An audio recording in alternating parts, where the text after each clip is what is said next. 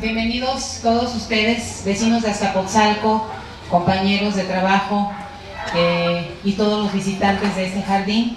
Queremos invitarlos a que entren aquí, a este patio de la Casa de Bombas, para que escuchemos una tarde deliciosa, en el sentido de que va a haber muchas historias interesantes y porque contamos con la presencia en esta ocasión de la maestra María Elena Solórzano, que está aquí con nosotros y que le damos la más cordial bienvenida, maestra, a este recinto.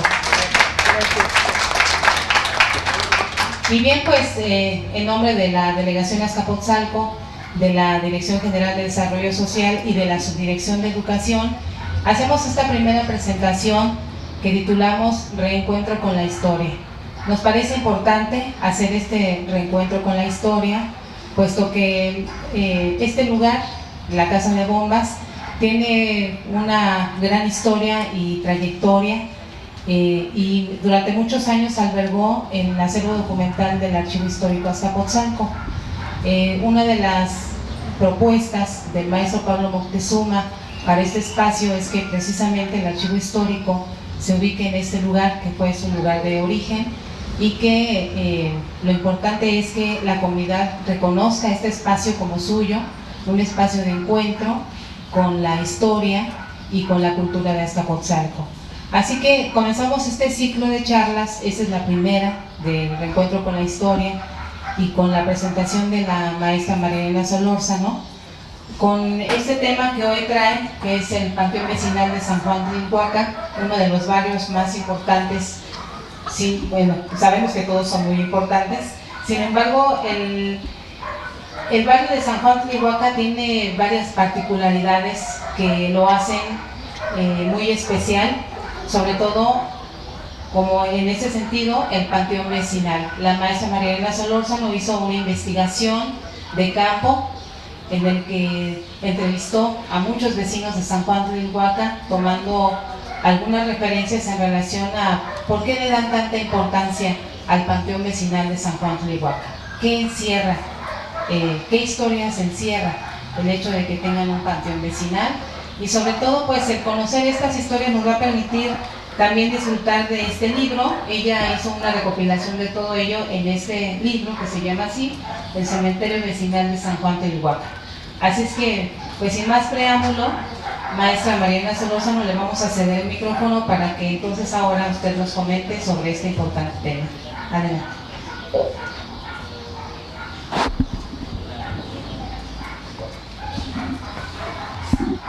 Muy buenas tardes. Estoy muy contenta de estar en este local. Ya lo extrañaba, porque hicimos muchos eventos en este local.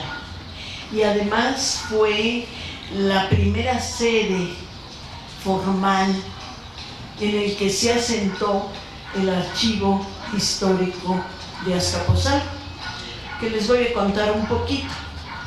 El Archivo Histórico de Azcapotzalco estaba en unas cajas, almacenado en el Foro Cultural. Ustedes conocen dónde está el Foro Cultural. Bueno, ahí estaban almacenados. En una ocasión hubo un aguacero muy fuerte, se mojaron las cajas, se echaron a perder muchos documentos. Porque esos papeles viejos que estaban en las cajas no tenían mucha importancia. Pues eran papeles viejos. ¿Para qué los quiere la gente? ¿Para qué los quieren las autoridades? Ya no sirven.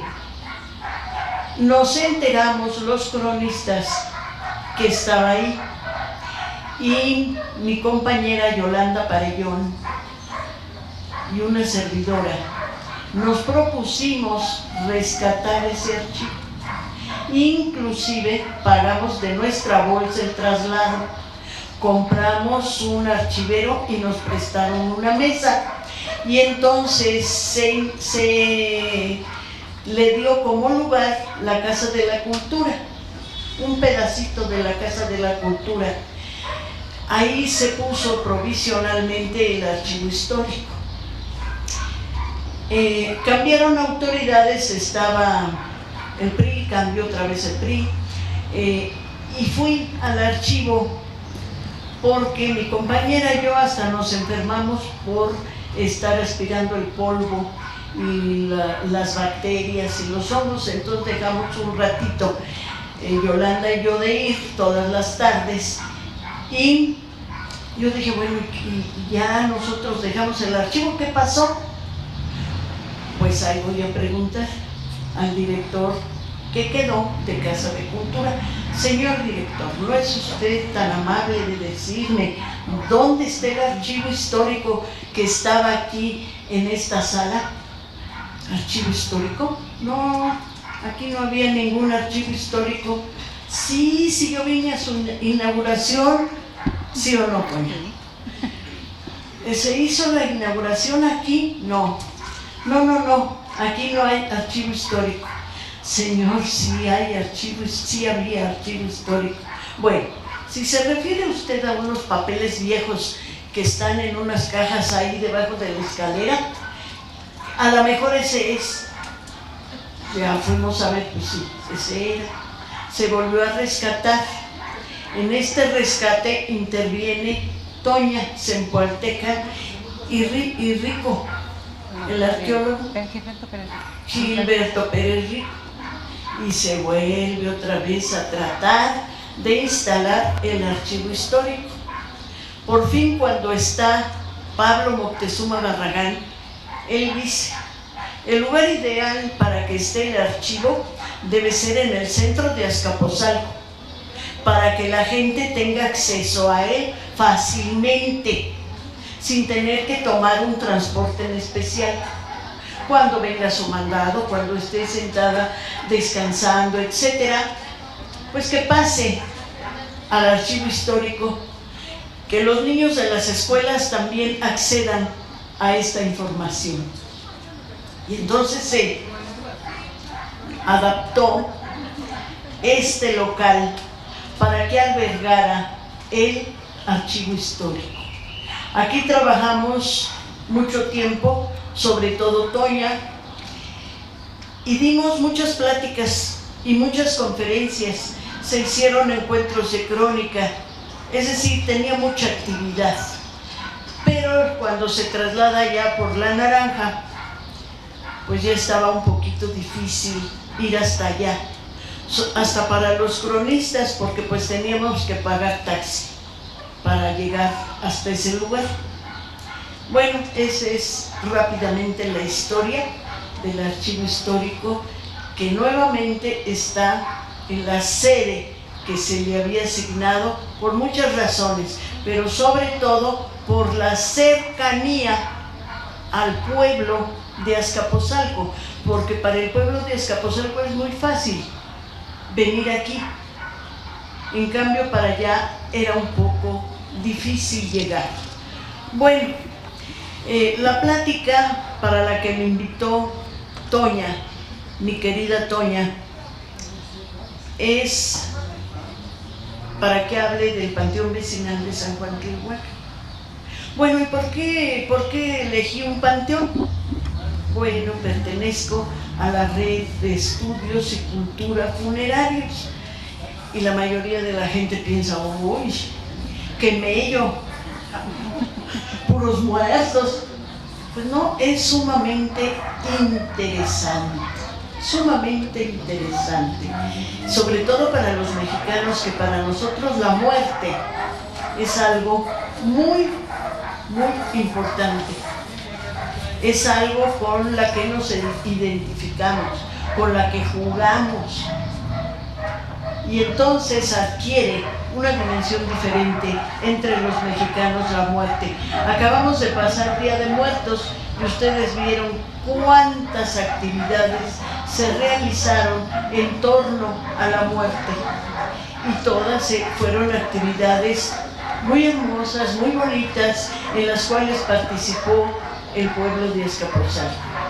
¿Por qué se le llama Panteón Vecinal de San Juan Tlihuaca? ¿Que no todos los panteones son vecinales? No todos los panteones son vecinales.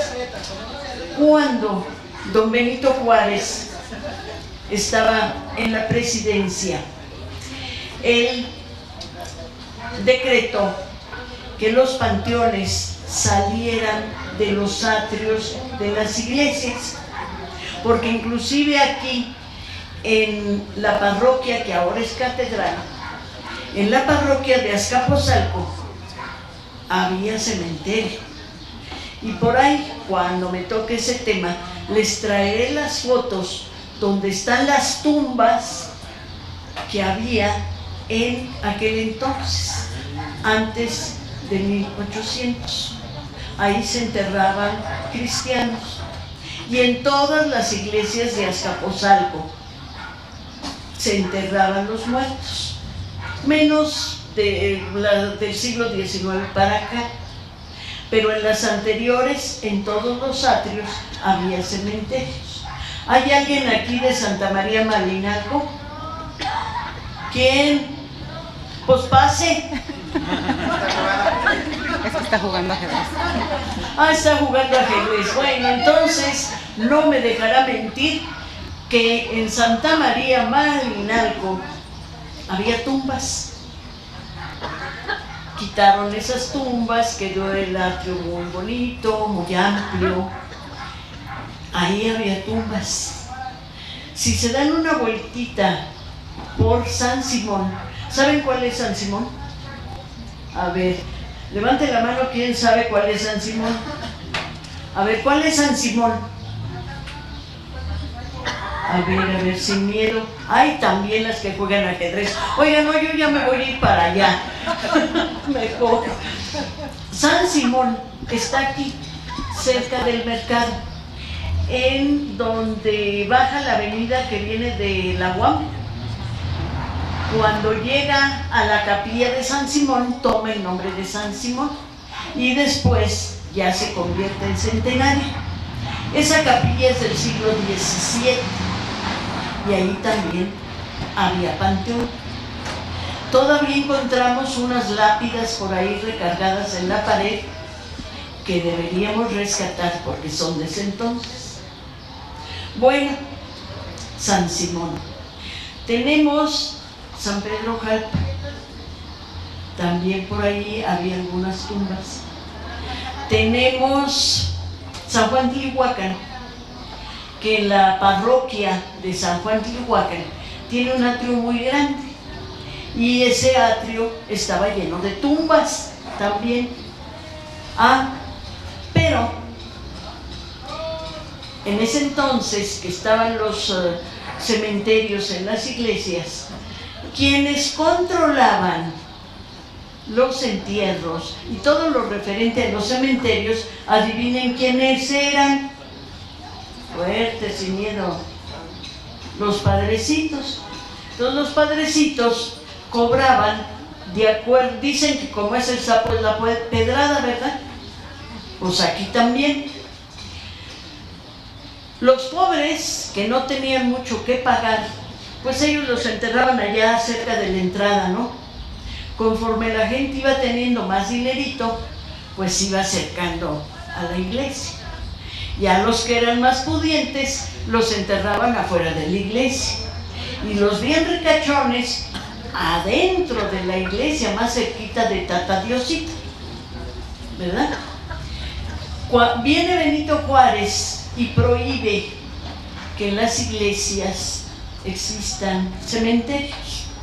No nada más porque los padres cobraban lo que querían, sino por higiene de la población, porque muchas veces no eran lo suficientemente enterrados bien profundo, y entonces salían los hedores. ¿Se imaginan las gentes en misa y con esos hedores ahí? Pues era totalmente antihigiénico, ¿sí? Entonces los cementerios se empezaron a construir en partes alejadas de la población, alejadas del pueblo, alejadas de la colonia, etc., ¿sí? Y debían tener ciertas características, no nada más hacer un hoyo y ahí aventar al pobre difunto. Tenía que ir en una caja herméticamente cerrada, ¿sí? Y debería tener cierta profundidad la fosa. Además, se deberían sembrar plantas, flores y árboles en los cementerios. ¿Por qué razón? Porque todos sabemos que los árboles, ¿qué hacen? A ver, ¿cuál? Purifican el aire, purifican el ambiente, y además lo que dice la señora es cierto, las raíces van a ayudar también a que el suelo consuma, a que las raíces que están en el suelo consuman esos fluidos, consuman esos desechos que dejan los cadáveres. Y entonces se forma un ciclo natural. Los muertos van a alimentar a los árboles, a las flores, y van a purificar el ambiente, ¿sí? Estos cementerios estaban alejados de las poblaciones. ¿Recuerda quién más o menos llegó a Azcapotzalco o pasó su niñez en Azcapotzalco más o menos en 1958? Ay, soy bien joven. Sí.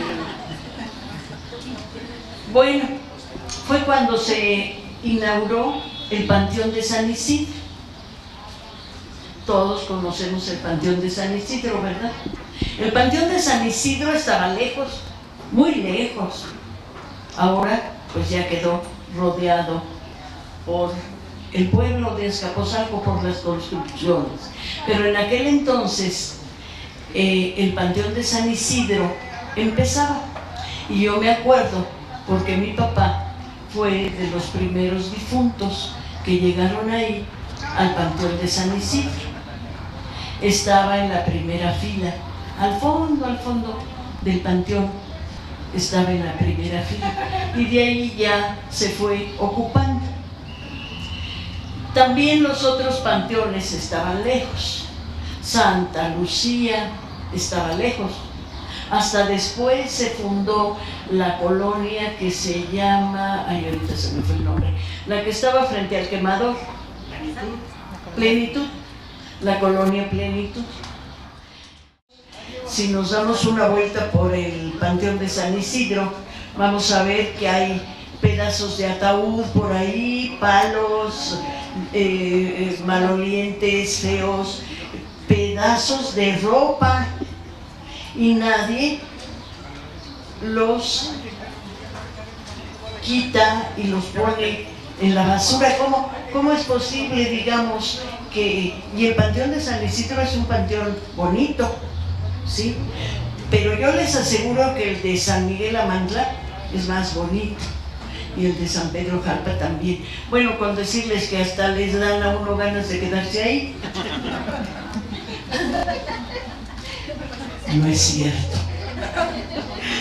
Entonces, son muy importantes estos panteones vecinales, porque además de que nos están dando una muestra pequeña de cómo eran los Calpulti, de cómo se apoyaban unos a otros los vecinos, el Día de Muertos, las festividades de muertos que ahí se realizan son muy interesantes. Y bueno, vamos a ver algunas diapositivas del panteón. Bueno, aquí tenemos el glifo de Zahualtlihuac. Este glifo forma parte de una publicación que hizo el arqueólogo Antonio Urdapilleta. Él también hizo la investigación de estos glifos, porque cada barrio tiene su glifo. Es decir, así como el Guadalajara tiene su escudito y ya lo vemos y decimos, ¡ay, ese es el Guadalajara! No, este es el Puma, no, este es de Cruz Azul. Así también nuestros barrios tienen una identificación gráfica que se llama glifo.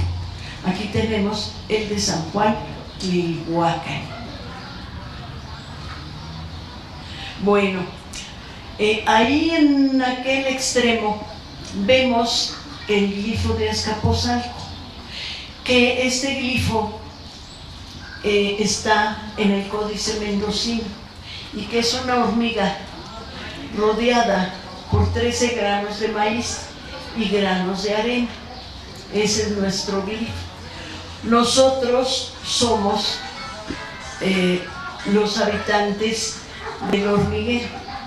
¿Qué quiere decir Azcapotzalco? A ver, no levanten todas las manos, no las levanten. Lugar de hormigas. Viene de Azcat, hormiga, Potzalco, montículo y colugar. En el lugar del montículo de las hormigas.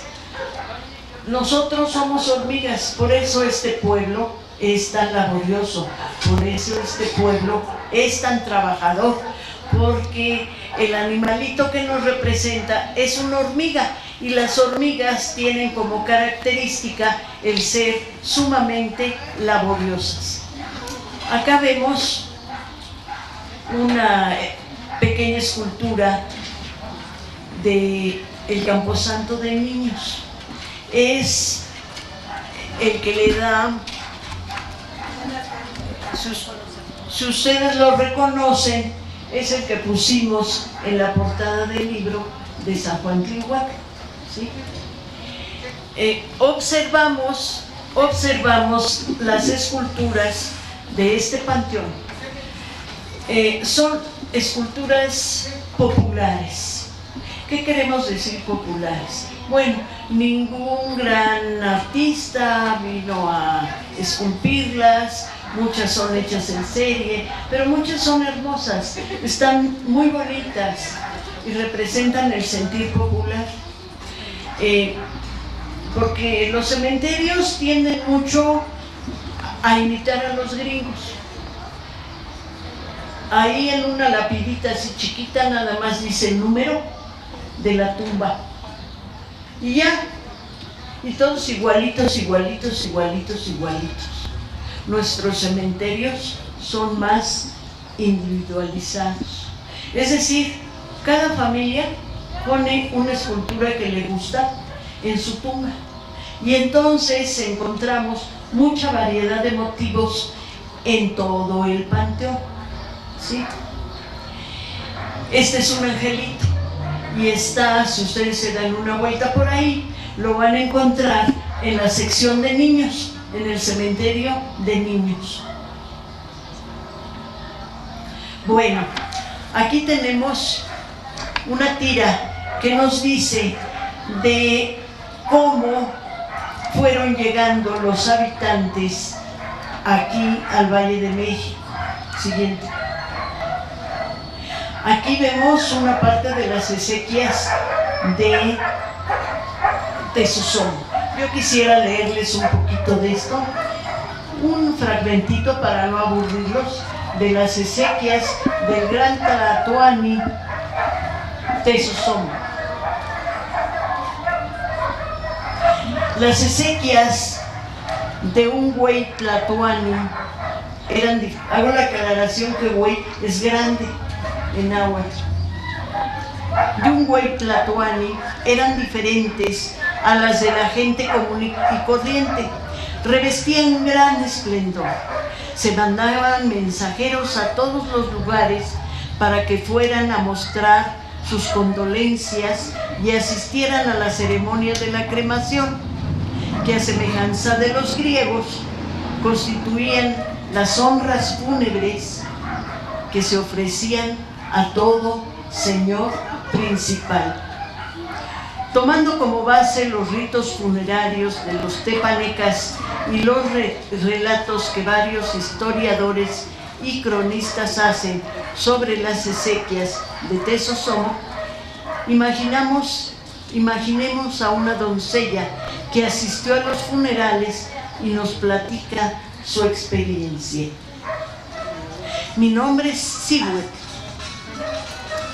Muchos años estuve al servicio personal de mi tlatoani hasta el día Setosti del año 13 Acat.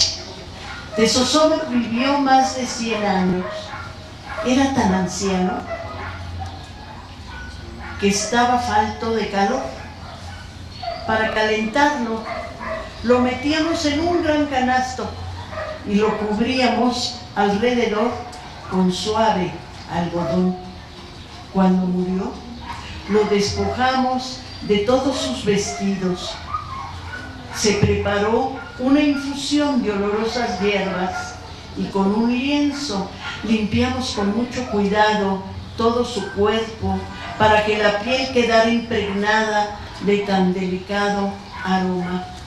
Lo vestimos con sus vestiduras reales, bordadas con plumas, con hilos de oro y piedras preciosas, jade y turquesa, en forma de cuentas y lágrimas. Se le recortó el pelo y se le quitó el cabello de la coronilla, pues se creía que tendría así más entendimiento.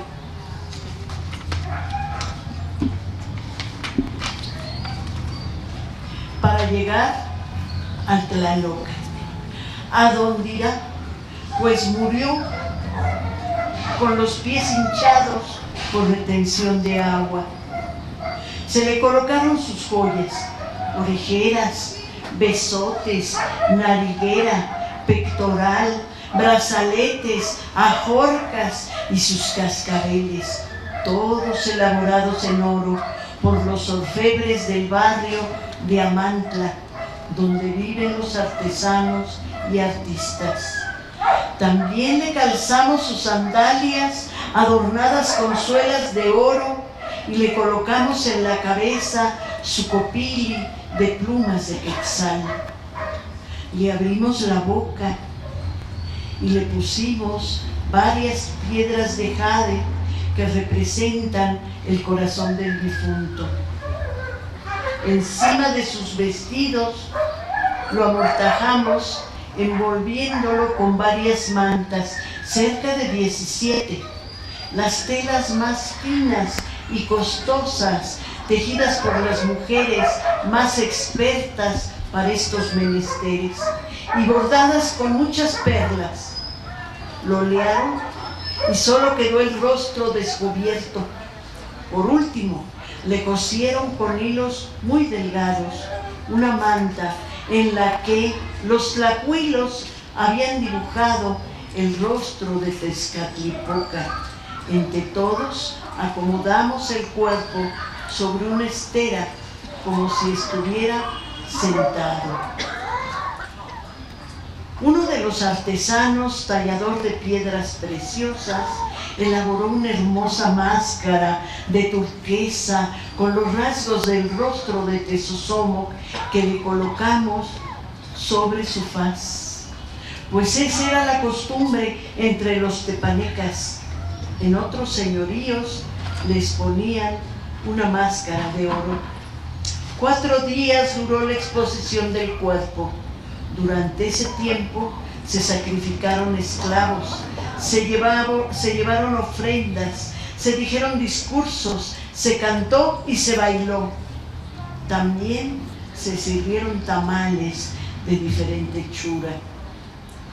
Todos admiramos la valentía de Netzahualcóyotl, pues a pesar de que Maxtla, el hijo mayor de Tezosomoc, lo odiaba y había jurado matarlo, asistió a los funerales y declamó una de sus hermosas poesías.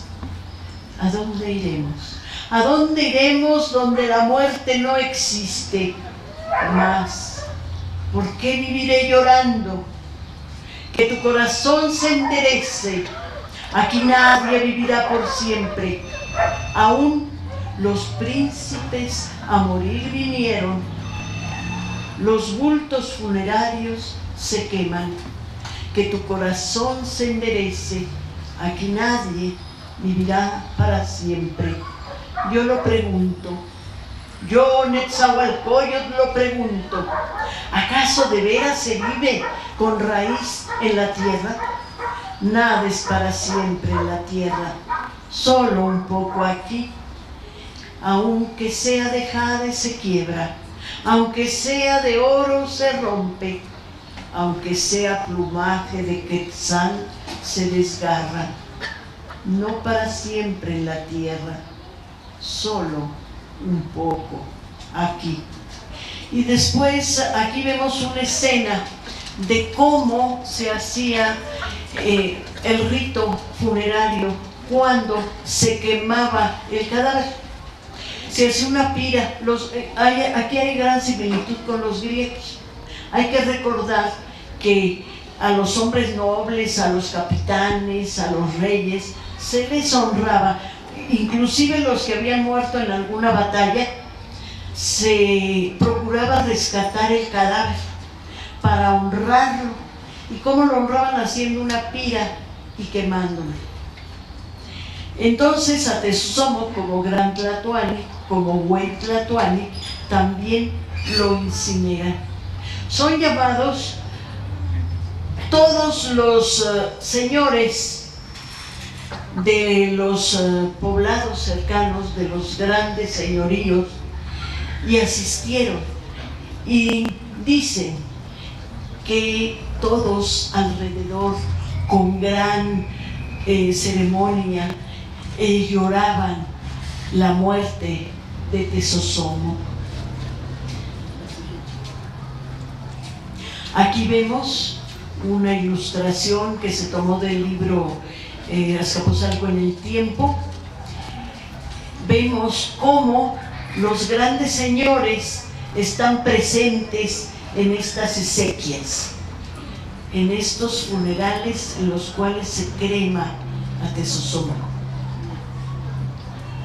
Aquí vemos la pira, cómo todos están alrededor con sus mejores galas, con sus algunos su copil de hermosas plumas, porque hay que recordar que para nuestros antepasados las plumas eran sagradas también.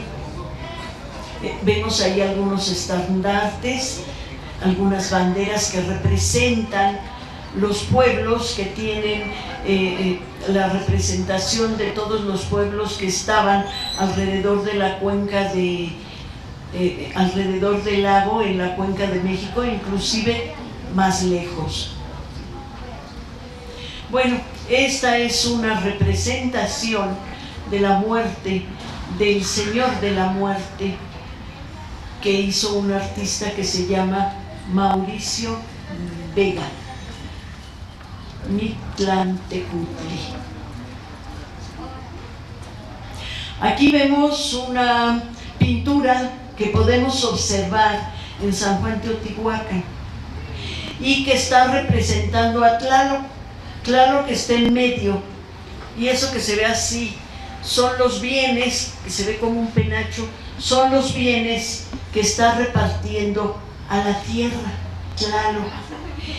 Y a cada uno de sus lados vemos otros dioses que son los tlaloques.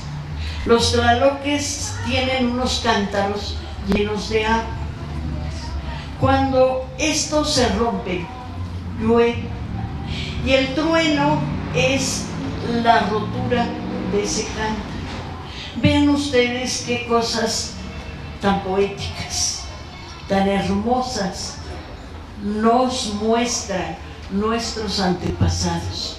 Vemos también que en este lugar abundan los frutos y las flores. Por eso al Tlalocan se le ha llamado, aunque ellos no lo consideraban así, al Tlalocan se le ha llamado el paraíso, el cielo de los mexicas, pero ellos no creían ni en cielo ni en infierno. La gente que moría, se moría de acuerdo a las circunstancias. Ahorita vamos a ver a dónde iban. Si la persona moría por una enfermedad provocada por el agua, o que el cuerpo retuviera agua como la hidropesía, o se ahogaba, iba al Tlaloc. Si moría de vejez por una muerte natural, iba al Mictlán. Las mujeres muertas en parto y los guerreros iban al cielo, al Ilcactonatiu, donde estaba el sol.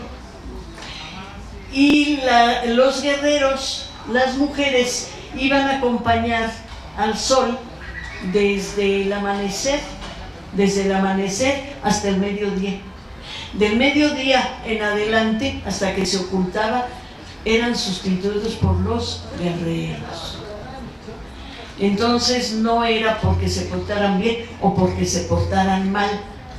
Ellos se portaban bien porque así convenía a la comunidad y también para agradar a sus dioses, pero sobre todo porque así convenía a la comunidad, porque ellos sabían que no se podía vivir si actuaban de una manera negativa. Por eso a los borrachitos, pues ahora sí que los traían en jabón. La primera vez que sorprendían a un joven borracho, lo llamaban delante de todo el pueblo, le llamaban la atención y lo invitaban a portarse bien, a ya no emborracharse. Si volvía otra vez a reincidir, el castigo era más fuerte y al último lo subían a una azotea y lo apedreaban. Bueno, esta es la guerra entre mexicas y tepanecas. Cuando muere Tezosomoc, Maxtla, como todo junior, abusa de todo su poder, es déspota, no sabe negociar con los otros pueblos, y entonces los mexicas, por temor, le declaran la guerra. Y fíjense nada más a los mexicas eran aliados de los tepanecas precisamente porque eran muy bravos y muy buenos guerreros. Entonces estos buenos guerreros dijeron así: mira, Nanay, nosotros no nos vamos a someter a tus caprichos, te declaramos la guerra y vamos a ver quién gana. Pues ganan los mexicas, y entonces los tepanecas pues quedan sometidos a los mexicas. Y si antes los mexicas les tenían que dar tributos, ahora los tepanecas son los que van a tener que ser tributarios de los mexicas. Aquí vemos una destrucción, un templo que probablemente así hayan sido una representación de un templo tepaneca o mexica. Aquí están los ahuehuetes que formaron, según nos indica el arqueólogo Antonio Urdapilleta, que representan a las familias principales de San Juan Tlihuac y que fueron sembrados para representarlos. Este lugar era un lugar de paseo, allí había un manantial, hay varias leyendas acerca de este manantial. Uno de ellos dice que era un manantial encantado, que las personas que bebían de este manantial pues no las volvían a ver o se morían. ¿Será verdad? ¿Será mentira? ¿Quién sabe? Pero dicen que todavía si nosotros ponemos oído a tierra, oímos ruidos de agua en el fondo, porque estos árboles, los ahuehuetes, necesitan mucha humedad. Donde se acaba la humedad, donde se acaban los ojos de agua, se mueren. Bueno, aquí vemos la entrada al panteón de San Juan Tlihuac. Aquí vemos una escultura también popular que está a la entrada del panteón y que está representando un alma en pena, en las llamas del purgatorio, para que nosotros recemos o le mandemos a hacer muchas misas para que lo liberen de ese tormento. Aquí vemos, miren qué bonito panteón, en serio, ¿eh? Aquí vemos su entrada principal y vemos a los lados cómo están los setos podados, su calzada muy limpia, y al fondo se mira la capilla. Aquí vemos varias tumbas Vean ustedes la limpieza del panteón, cómo los deudos acuden de vez en cuando a poner flores, a dejar alguna ofrenda. Cuando es el 2, está todo florido, todo lleno de flores. Otro aspecto del panteón, aquí vemos también su barda que lo circunda. Vemos otro aspecto, otras tumbas. Vean ustedes la disposición de ellas y sobre todo el orden, la limpieza que hay ahí. Aquí tenemos una de las tumbas más antiguas, una de las tumbas más antiguas del cementerio, 1910, es la tumba más antigua. Es decir, es una de las tumbas primeras que hubo después de que se inaugura el panteón. Aquí vemos un difuntito que se llama Melesio Osnaya Rivera. Melesio Osnaya Rivera, curiosamente, no es de San Juan, ni es hijo de nadie de San Juan, pero él era músico y amenizaba todos los bailes de San Juan Tlihuac. Cuentan que eran los bailes un acontecimiento. En esta época todos los jóvenes eran muy bailadores. Entonces se vestían, decían, con su traje, se vestían con su traje, se peinaban para atrás, se vaselinaban el cabello, se lustraban los zapatos, iban a los bailes elegantísimos. Las muchachas, no se diga, iban con vestidos muy bonitos, se peinaban para la ocasión, a veces se ponían flores en el cabello, las medias nylon que no podían faltar y los zapatos o zapatillas de medio tacón o tacón alto. ¿Qué piezas se usaban entonces? Pues se usaba el danzón, la guaracha, se usaba el mambo. Si hay alguna persona aquí de esa época, pues se acordará de esas melodías. Eran bailes muy bonitos, se divertía la gente muy sanamente, no había drogas.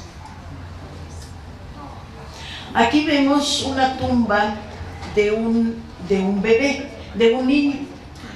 Ahí vemos sus juguetes preferidos, los que él más le gustaban. Ahí se los pusieron sus padres y dice un epitafio, no sé si esté por ahí. No, la siguiente. La siguiente, no está. Dice más o menos que él murió, pero que siempre vivirá en el corazón de sus padres. Aquí vemos parte del cementerio de infantes. Vean cómo les ponen juguetes, les ponen reguiletes, globos. Algunas veces en tiempo del 1 de noviembre, a veces hacen una especie como de día de campo ahí en el panteón. Llevan pastel y refrescos y todos conviven con el ánima supuestamente del hijo que está ahí. Aquí vemos otra escultura en la sección de niños. Y aquí vemos el cartel que nos está diciendo de los animeros del pueblo de San Juan Tlihuac. Los animeros es un festejo popular en el que intervienen todos los vecinos o la mayoría de los vecinos o gran número de vecinos. Entonces se reúnen y van recorriendo las casas y los personas que viven en esos domicilios les van dando fruta, les dan pan, les dan refrescos, porque eso se va a recoger en todo el barrio y se va a formar una ofrenda gigante en el cementerio, ¿sí? Los animeros entonces van tocando una campana, llevan una carretilla, va un joven disfrazado de muerto y va otro con un ayate, al que le llaman el ayatero. Es una tradición muy bonita, se estaba perdiendo, está resurgiendo y ahora ya hay niños animeros. Aquí vemos una foto de el ayatero que está poniendo en su ayate lo que le dio la familia. Sí, así es, mencionamos al principio de esta charla que en la intención de este primer reencuentro con la historia sea que a partir de ese momento en adelante ustedes como habitantes de Azcapotzalco tomen este lugar como suyo, porque es para ustedes. La intención de nuestro jefe delegacional es precisamente recuperar este espacio porque también tiene un valor histórico muy importante y que albergue el acervo documental de nuestro archivo histórico. Esperemos que esto sea pronto.